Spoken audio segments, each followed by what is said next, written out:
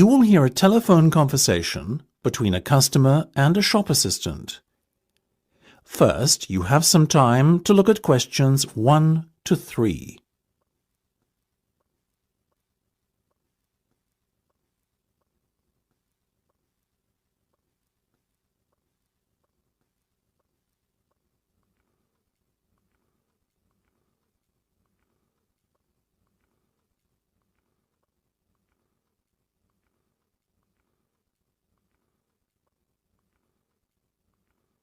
You should answer the questions as you listen, because you will not hear the recording a second time.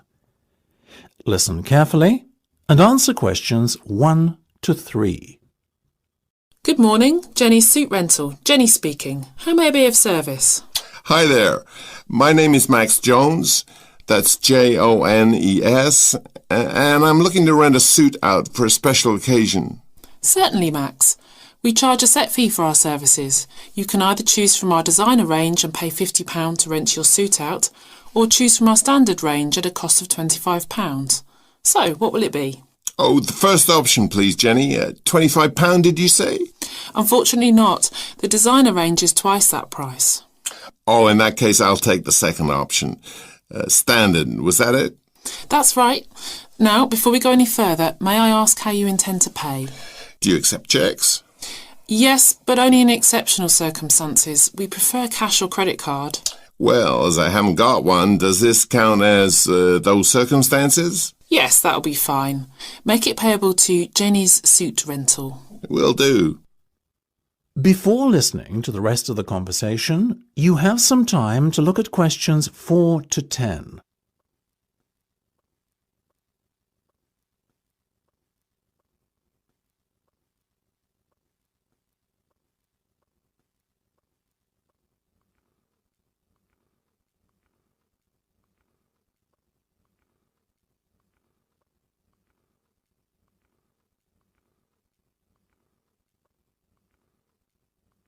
Now listen and answer questions 4 to 10. Now, Max, can I take your measurements, please, and a few details about what sort of suit you have in mind? Certainly. Let's start with the trousers then, shall we? What is your waist size and leg length? I used to be 32 waist, you know, but these days it's more like 36. Too many cream pies. I've been there. And about the leg, 34? I wish. I'm afraid I'm somewhat lacking in the height department.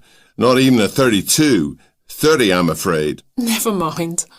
As for the colour, could you do a dark grey suit? In fact, we have a very smart one of those in just your size. You're in luck. Now, what about shoes? Same colour? No, I think I prefer something darker. OK, let's go with traditional black then, shall we? What about size? I'm a size 45. By my calculations, that's 10 in our sizes. And style? What have you got? We do suede, nubuck and traditional leather. Definitely the last one. Very well. And will you be wanting a necktie? Do you do bow ties? Of course. I'll put one of those down in your order. Dark grey, I presume? Perfect. To match the suit. I think I fancy a light blue shirt, by the way. Might I recommend a green? Green would go very well with the suit you are renting. Light or dark? I'd say dark. Dark it is then. My neck size is 17 and a half. Hard to believe that a little over a year ago I could fit into a 15, isn't it? Those cream pies again, right? You got it. Now, what about your suit jacket? Same colour as the trousers, obviously, but what size? Medium should be fine. You sure? Yeah. And have you got any of those 3-button ones? I'm afraid not. The 1 and 2 button suit jackets are far more popular at the moment. In fact, the 1 button is all the rage. Let's have that one then. No problem. Now. That is the end of part 1. You now have half a minute to check your answers.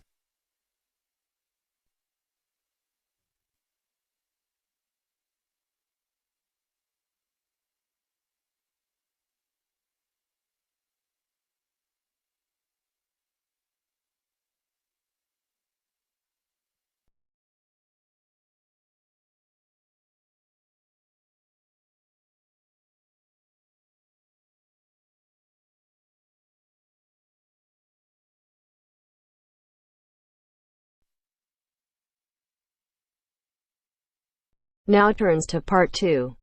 Part 2.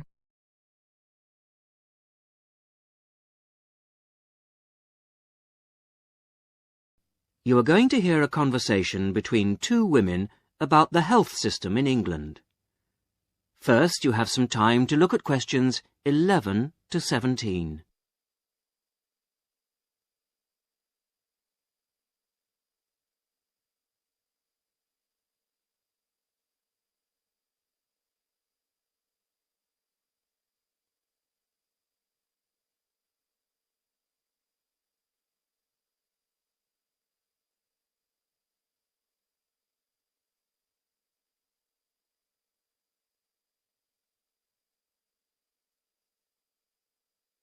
Now listen to the first part of the conversation and answer questions 11 to 17.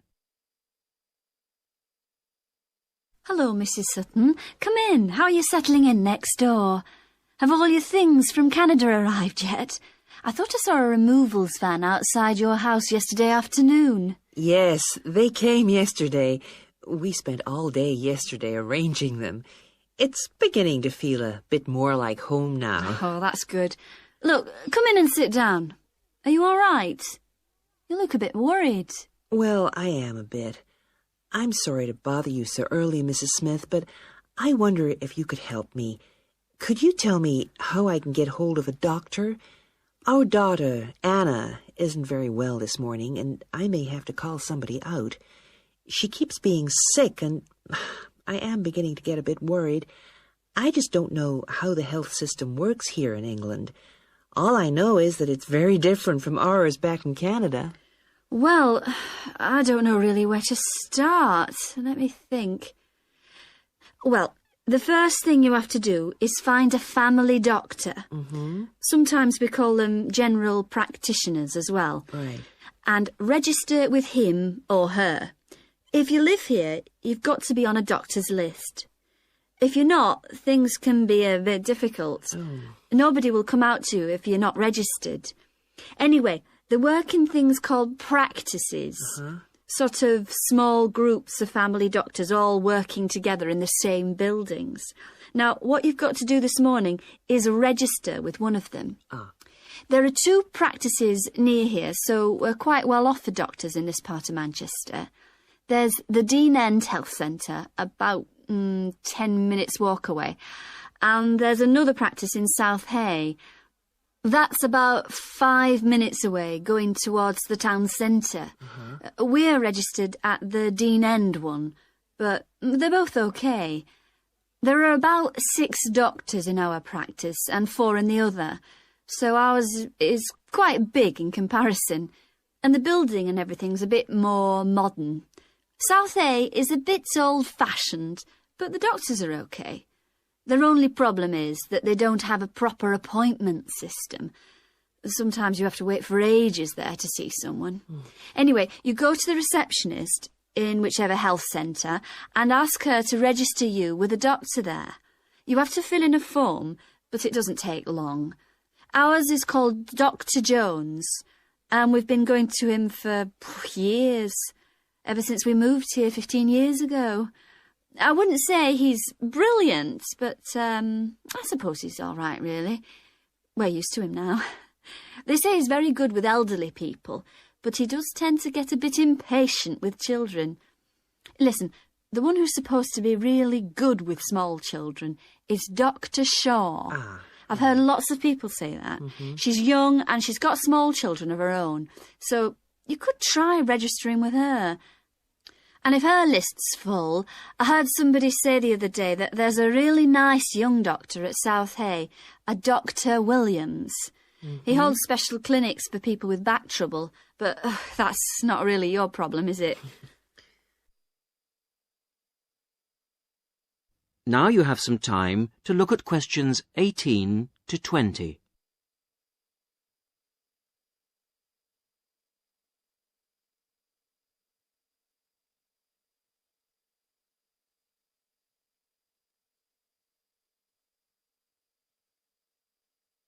Now listen to the rest of the conversation and answer questions 18 to 20.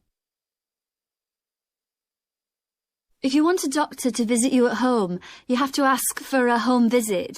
You're supposed to do that before 10:30 in the morning, but obviously if it's an emergency, you can phone at any time, night or day. It might not be your doctor that comes, though. It's quite often one of the other doctors in the practice. It doesn't really seem to make much difference. Right. Otherwise, you make an appointment to see your doctor at the health centre. You usually get seen the same day. Not always, of course, but usually, as I say. They hold surgeries between 9 and 11:30 every weekday, and from 4 to 6:30 Monday to Thursday. Saturdays are only for emergencies. I see. When the doctor sees you, he gives you a prescription. He writes what medication you need on it, and you take it to a chemist's shop. There's one opposite the centre. If it's for a child under 16, you don't have to pay, so if it's for Anna, there's no problem. The same thing goes if you're unemployed or retired, or if you're pregnant. Just as well, because it's not cheap. You pay the same price for each item the doctor has prescribed. At the moment, it's something like £5 per item. So you pay for the medication, but the consultation with the doctor doesn't cost you anything. It's completely free as long as you're a resident here. You're going to be here for 3 years, aren't you? Uh-huh. So, well, there shouldn't be any question of you paying anything to see the doctor. So that's one less problem to worry about. Look, Mrs. Sutton, if you want, I'll sit with your daughter for half an hour if you want to go down to the health centre to register. It's no trouble, really, don't worry. Are you sure you wouldn't mind? That would really help me a lot. I'll ask them if they can send someone round later to see Anna. I think I'll try the Dean End Centre. Good idea. Don't worry about Anna. Right. I'll be back as soon as I can.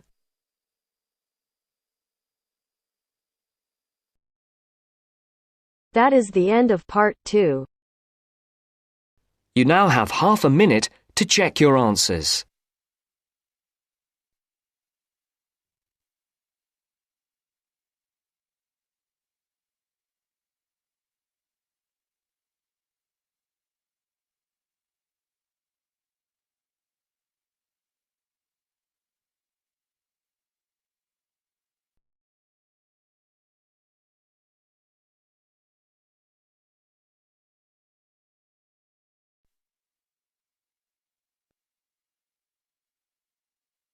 Now turns to part 3.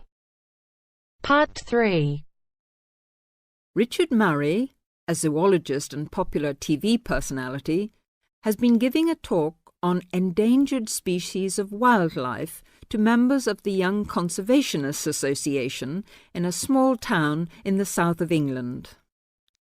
Listen to the extract from the discussion he had with 2 of the young people after his talk. First, you have some time to look at questions 21 to 25.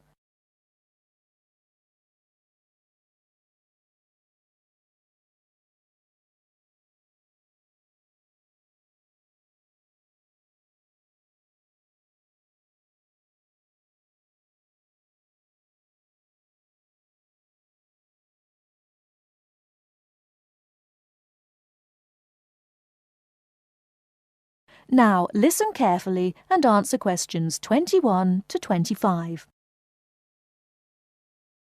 What would you say, Mr. Murray, are the main reasons that so much of our wildlife will have died out by the end of the next few decades? Well, Tony, we can't, of course, rule out the effect of urbanisation due to the spread of population. But apart from that, I believe there are 2 reasons which, in a way, are like the opposite ends of a piece of string.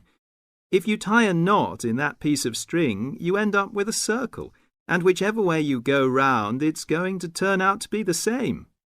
I don't think I quite get that, Mr. Murray. Well, let's put it another way. It's rather like a film. You've got the good guys and the bad guys. They're pulling in opposite directions, but when it comes to the final showdown, it's hard to make out which is which. What are your 2 reasons, Mr. Murray? I call them greed and caring. Greed and caring? Yes, I know they don't seem to have much to do with one another, but think about it. The motive of greed is pretty obvious. In the course of the next few months, thousands of baby seals will be bludgeoned to death before they're even weaned from their mothers. What for?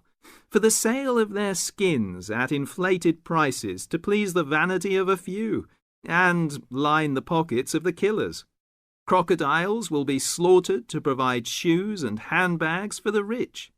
Gorillas, tigers, leopards and rhinos will be hunted for senseless sport or poached in defiance of regulations. Their skins, their horns, and their magnificent heads will be used as trophies to decorate someone's living room floor or walls. That's terrible. Yes, but it's not all. The whale, probably the most impressive and certainly one of the most intelligent sea mammals in creation, will be cruelly hunted and harpooned to make more money for the profiteers. The dolphin, the sailor's friend, will be indiscriminately battered to death at so much a head on the grounds that it is taking away the livelihood of a few fishermen by consuming the fish in its natural habitat.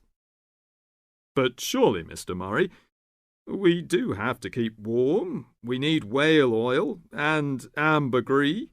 Fishermen have to make a living. Part of what you say is true, of course, Tony, but we shall have to enforce far stricter controls if future generations are not to find themselves in a world devoid of wildlife as we know it. Well, I see what you mean about fur coats and crocodile handbags, Mr. Murray, but I don't understand what you mean by caring. That can't be bad, surely.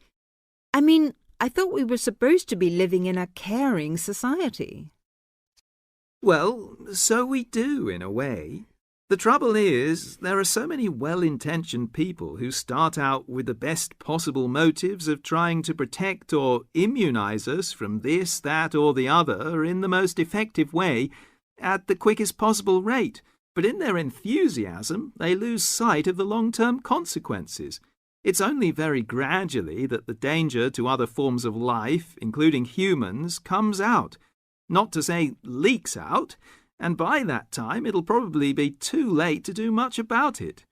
Take insecticides, for instance. But Before you hear the rest of the talk, you have some time to look at questions 26 to 30.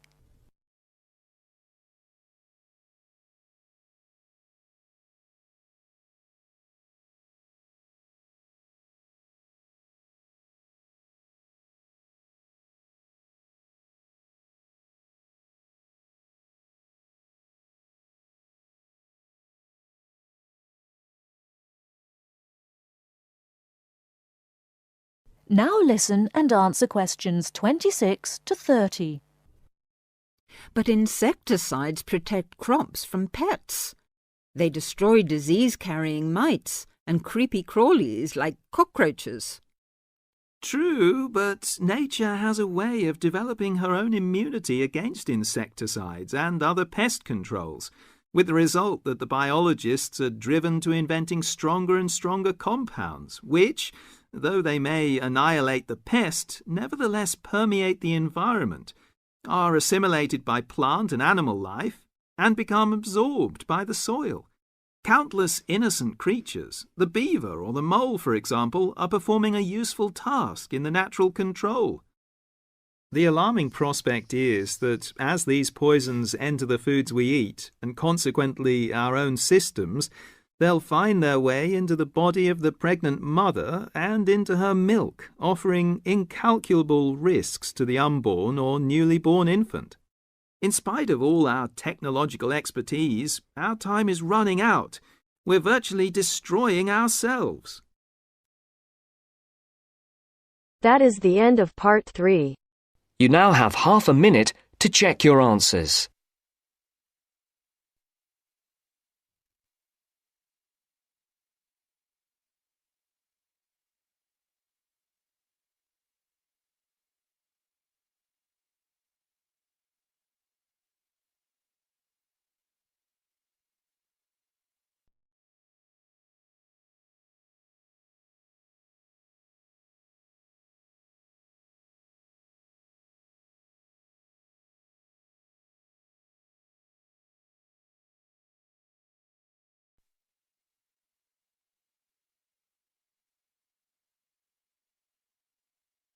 Now turns to Part 4.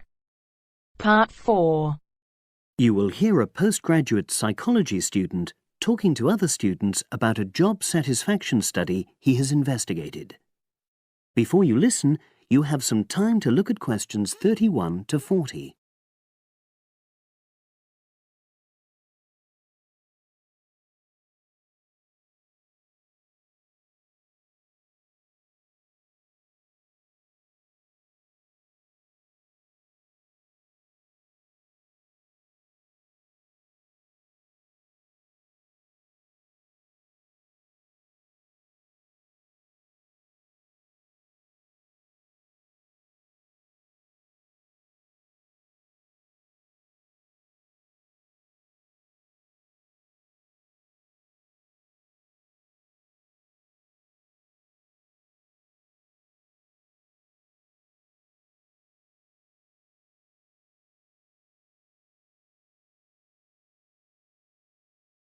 Now listen and answer questions 31 to 40. Good morning, everyone. For my presentation today, I'm going to report on an assignment that I did recently. My brief was to analyze the methods used in a small study about job satisfaction, and then to make recommendations for future studies of a similar kind. The study that I looked at had investigated the relationship between differences in gender and differences in working hours and levels of job satisfaction amongst workers. For this purpose, employees at a call center had been asked to complete a questionnaire about their work. I'll summarize the findings of that study briefly now. First of all, female full-time workers reported slightly higher levels of job satisfaction than male full-time workers. Secondly, female part-time workers reported slightly higher levels of satisfaction than female full-time ones did. On the other hand, male part-time workers experienced slightly less job satisfaction than male full-time workers. But although these results seemed interesting and capable of being explained, perhaps the most important thing to mention here is that in statistical terms, they were inconclusive. Personally, I was surprised that the findings hadn't been more definite, because I would have expected to find that men and women, as well as full and part-time workers, would experience different levels of satisfaction. So I then looked more carefully at the methodology employed by the researchers to see where there may have been problems. This is what I found. First of all, the size of the sample was probably too small. The overall total of workers who took part in the survey was 223, which sounds quite a lot, but they had to be divided up into subgroups. Also, the numbers in the different subgroups were unequal. For example, there were 154 workers in the full-time group, but only 69 in the part-time group. And amongst this part-time group, only 10 were male, compared to 59 who were female. Secondly, although quite a large number of people had been asked to take part in the survey, the response was disappointingly low. A lot of them just ignored the invitation. And workers who did respond may have differed in important respects from those who didn't. Thirdly, as the questionnaires had been posted to the call center for distribution, the researchers had had very limited control over the conditions in which participants completed them. For instance, their responses to questions may have been influenced by the views of their colleagues. All these problems may have biased the results. In the last part of my assignment, I made recommendations for a similar study, attempting to remove the problems that I've just mentioned. Firstly, a much larger sample should be targeted, and care should be taken to ensure that equal numbers of both genders and both full and part-time workers are surveyed. Secondly, the researchers should ensure that they are present to administer the questionnaires to the workers themselves. and should they require the workers to complete the questionnaire under supervised conditions so that the possibility of influence from other colleagues is eliminated. Finally, as workers may be unwilling to provide details of their job satisfaction when they are on work premises, it's important that the researchers reassure them that their responses will remain confidential, and also that they have the right to withdraw from the study at any time if they want to.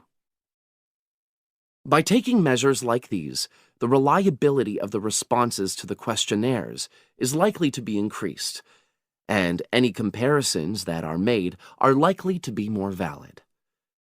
So, that was a summary of my assignment. Does anyone have any questions?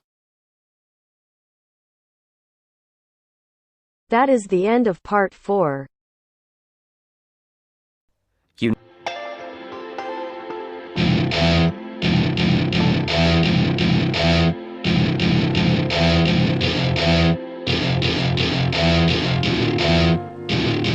Welcome to my party, we're just getting started. A life is a dream or a nightmare scarring. Hand me a drink cause I think I'm going all in. Get me a shrink who can catch me when I'm falling. Cover up my scars, flip the handlebars. Crashing in my car, wake up in a bar. I'll be a superstar, just on my avatar. This world is so bizarre, empty out the reservoir.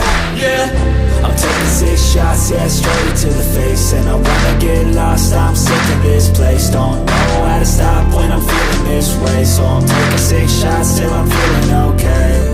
I think I'm going crazy, don't think I'll get home safe. So I'm taking 6 shots, all straight to the face. I'm taking 6 shots, are you coming with me? I'm taking 6 shots, yeah, straight to the face. And I wanna get lost, I'm sick of this place. Don't know how to stop when I'm feeling this way. So I'm taking 6 shots till I'm feeling okay.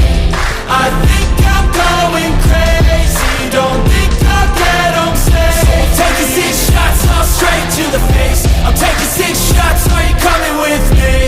Sometimes you need to let loose, grab juice, get goose, tattoos, taboos, get screwed. Loosen up, buttercup, all those hate comments will never make you feel enough.